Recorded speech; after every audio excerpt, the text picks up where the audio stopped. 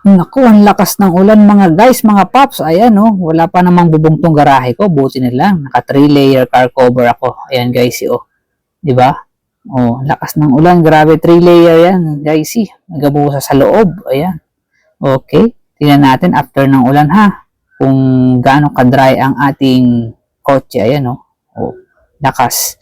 Pagka meron kayo nito, pag bumili kayo nitong car cover na to, kahit wala pang bubong ang garahe nyo mga guys tingnan nyo, dry na dry ang inyong mga kotse. O, di ba?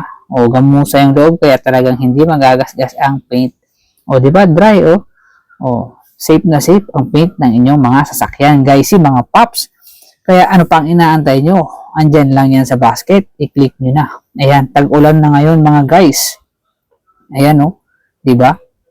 Safe na safe, hindi talaga nabasa. Okay?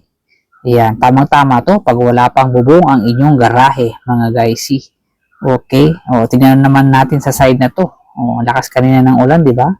Ayan, o. Kitang-kita nyo naman, o. Dry na dry ang ating kotse. Okay? Thank you for watching, mga guys, mga paps. Mag-check out na kayo. Nandyan lang yan sa basket, tag-ulan na.